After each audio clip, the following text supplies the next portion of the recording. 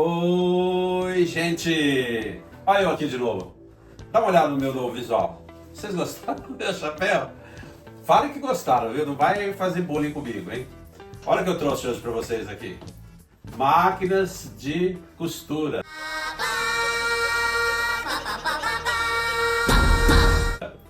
Posso tirar meu chapéu? Vocês já viram, né? Vocês já gostaram dessa risada? Agora eu vou tirar. Escuta aqui.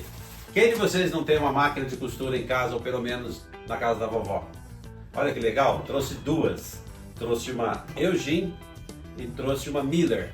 A Eugene é brasileira e a Miller ela é alemã. Legal? Então nós vamos contar alguma coisa, uma história para vocês hoje sobre máquina de costura.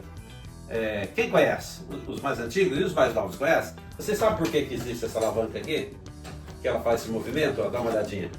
Só que ela tá meio dura, meio enclipada, viu? Essa aqui tá mais livre, vou rodar essa daqui, ó. Você viu que legal? Olha que legal. Na verdade, essas máquinas elas estão incompletas. Porque essa caixa aqui que tem embaixo de madeira, ela tinha um sobre aqui, uma outra caixa que fechava e justamente para proteger a máquina, né? Então, e essa é uma máquina de base, justamente de colocar em mesa. E você percebe que elas são similares? E a da minha mãe, ela tinha uma correia que passava por aqui, ó, no lado, e descia, e ela movimentava com o pé, fazia esse movimento com o pé. É interessante, né? Legal, E eu comecei a estudar sobre as máquinas, e eu ouvi bastante assunto, assim, curioso. Por exemplo, as primeiras máquinas, elas eram com uma base maior de madeira, e até a estrutura dela era baseada em madeira. Aí nós vamos mostrar algumas fotos para vocês terem uma ideia de como que era o funcionamento das máquinas. Na verdade, foram aprendendo, né? Foram desenvolvendo e melhorando, igual os carros, né? Vai melhorando, vai chegando como estão hoje. E hoje as máquinas mais modernas, elas possuem motor, elas têm iluminação própria, elas não fazem mais o que esse modelinho fazia. Esse daqui é costumado chamar de linha corrente reta. Hoje nós temos já uns modelos que fazem bordado, que fazem curva, que prega botão e etc e tal. E é curioso que a minha mãe, quando eu era criança, ela falava assim: Delton, vai no bazar comprar uma linha corrente para mim. E dava o nome, né? Linha corrente laranja. Eu achava curioso. Por que a minha mãe fala linha corrente? Somente agora, depois de muitas décadas, eu fui aprender o que é corrente. Corrente é porque, aqui eu até deveria ter trazido, não trouxe, aqui colocava um carretel. E esse carretel vinha aqui, passava por esse eixo, tá? Por esse eixo. Só que aqui dentro da máquina, colocava um pequeno carretel também, um outro menor. E conforme vai fazendo o movimento, ele vai trançando um no outro, aí se torna corrente. Eu só fui descobrir agora. Legal, né? Agora vocês já sabem, né? Mas deixa eu contar a história aqui para vocês. Em 1790, já foram os primeiros passos das máquinas, as máquinas de costura. E então Thomas Sand foi um dos precursores da máquina, 1790, Thomas Sand. Aí avançou-se para 1820 aproximadamente, quando Barthélemy Timotier, um francês, desenvolveu uma outra máquina e patenteou essa máquina, 1820. Você vê, naquele período estava a industrialização mundial, né? Eu acho que só o Brasil que estava fraquinho ainda, né? Nós não vemos falar muita coisa de Brasil nesse período, exceto que nós tínhamos escravos, tínhamos o primeiro reinado do imperador Dom Pedro I, e tínhamos já os portos onde mandava o ouro, mandava madeira, mandava o açúcar, mandava o café. Era o que nós exportávamos, não tinha renda nenhuma para o Brasil. Só os portugueses que ganhavam com isso.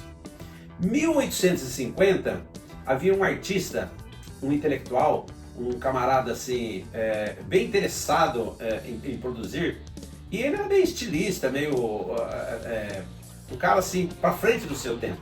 O nome dele é Isaac Singer.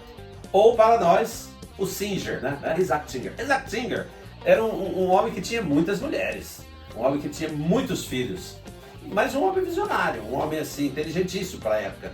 Lá no estado de Nova York, numa pequena cidade do interior, e ele começou a desenvolver a primeira máquina de costura de forma industrial e ficou milionário na época. Havia um outro homem que trabalhava com ele, o nome era Frederick Miller. Esse homem era funcionário do Isaac Singer. E esse homem, ele é alemão, da cidade de Dresden. Esse homem trabalhou para o Singer. E o Singer avançou nos projetos e havia assim uma grande briga entre eles lá, por questões assim de patentear, por questões assim de ser o primeiro a chegar, né, a fazer as coisas acontecerem. E as máquinas foram tendo outros modelos, né? O Frederick voou, foi embora. Não voou não. Ele navegou, né? Naquele período eles navegavam. Ele voltou de novo, atravessou o Atlântico e voltou novamente lá para Dresden, na Alemanha. E lá o Miller começou a construir o império dele também de máquinas de costura. Essa daqui é a máquina do Dresden. Essa daqui, ó. Você vê que ela é similar a essa daqui. Essa é uma máquina alemã e essa é uma máquina brasileira. Mas curioso é saber da onde apareceu esse nome aqui, Eugene. Eugene, na verdade, é interessante. Quando a gente trabalha assim com o antigo, a gente se aprofunda no conhecimento e eu descobri de onde veio o Eugene. Eugene, na verdade, havia no início do século passado um diplomata, alguém mais ou menos parecido assim, inglês, que estava vivendo na Grécia. O que aconteceu foi que ele, um visionário, ele conversou com o sultão e disse: olha, sultão, o Parthenon, que são os museus de céu aberto da Grécia, estão muito deteriorados, eles estão se acabando. Vamos mandar esses itens para a Inglaterra, vamos deixar guardado, porque lá a gente vai cuidar melhor. E o sultão autorizou. Então ele começou a levar esses produtos lá para a Inglaterra. No ano mais ou menos de 1950, talvez, eu não sei ao certo exatamente, dois irmãos brasileiros foram conhecer Londres e visitaram o museu. E lá estava vários produtos, né, vários itens trazidos lá da Grécia e estava exposto no museu lá em Londres. Homenagem a esse diplomata, né, que trouxe esses itens lá para a Inglaterra, são os irmãos brasileiros da cidade de São Paulo, exatamente de Mogi das Cruzes, no ano mais ou menos de 1950, começou a empresa Eugene. Legal a história, né? E começaram a construir essas máquinas de costura.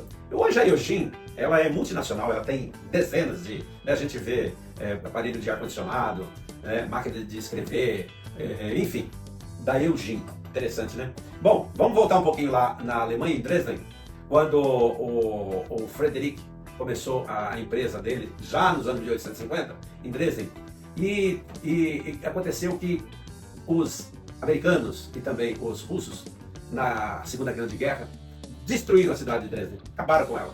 E a indústria, que já estava assim, muito grande na época na Alemanha, ela não produzia mais só as máquinas de costura, ela produzia também material bélico. Dezenas de indústrias alemãs produziam material bélico para o Terceiro Reich, todos nós sabemos disso. E em represália, os russos foram lá e pegaram o que sobrou, os despojos daquelas indústrias, e levaram embora para a Rússia. E houve um acordo no início da década de 1970, em que eles devolveram novamente a Miller para os alemães. Né? É bem interessante, a gente começa a aprender esses assuntos estudando. E é engraçado porque eu fui falar para vocês sobre a máquina de costura. Minha mãe dizia para nós que a máquina dela tinha 50 anos de garantia. Eu, 50 anos? Ela falou assim, quando eu comprei veio um certificado que eles me deram 50 anos de garantia. Você acredita numa coisa dessa? Essa é a história da máquina de costura. Espero que vocês tenham gostado do nosso novo vídeo. Estaremos aqui nos próximos dias apresentando outras novidades de materiais antigos para vocês. Beleza? Um beijo no coração do Deltão!